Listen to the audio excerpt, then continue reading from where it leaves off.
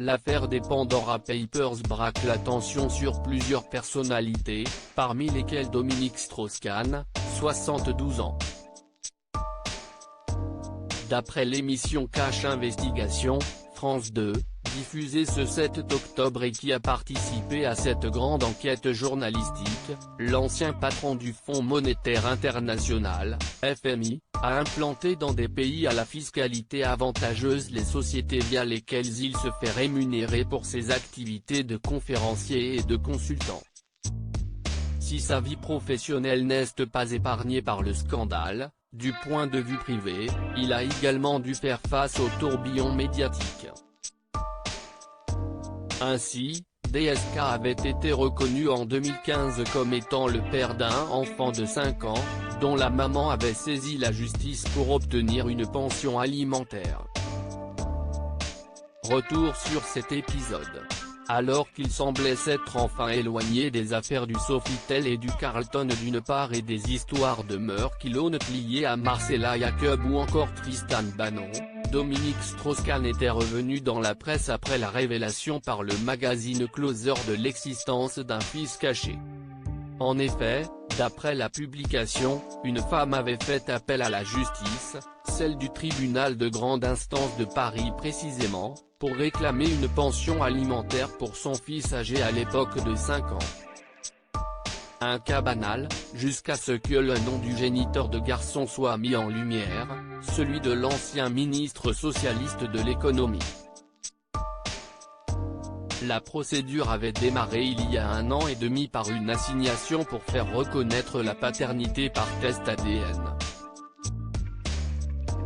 Présente à l'audience, la femme brune, fluette et très jolie de 45 ans au moment des faits selon Closer, avait ainsi réclamé 8 000 € par mois à DSK, absent du tribunal mais représenté par son avocat maître Jean Veil. Une somme importante mais qui était basée sur les 2,5 millions d'euros que gagnait annuellement Dominique Strauss-Kahn. L'ancien haut fonctionnaire international est déjà le père de 4 enfants, 2 filles et un fils de sa première épouse, Hélène Dumas, et une fille qu'il a eue avec sa deuxième femme, Brigitte Guillemette.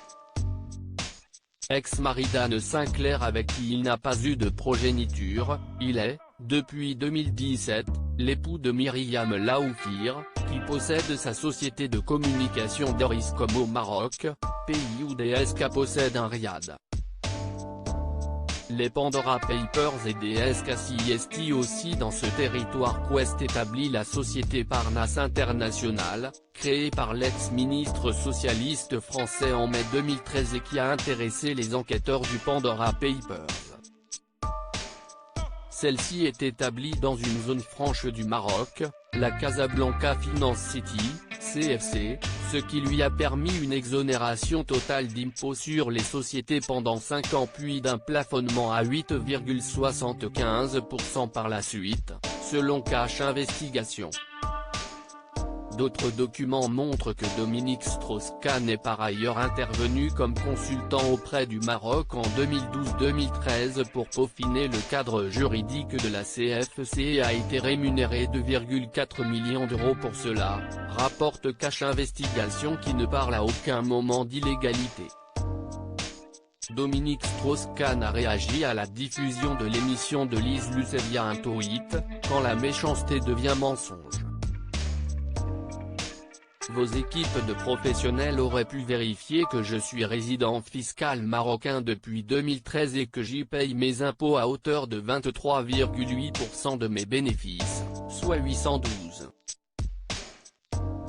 000 € pour les années 2018, 2019 et 2020. La journaliste avait déclaré dans cet avou, en réaction à cette attaque, on est sur une réponse qui ne correspond pas à ce qu'on dit, il n'a pas vu l'émission.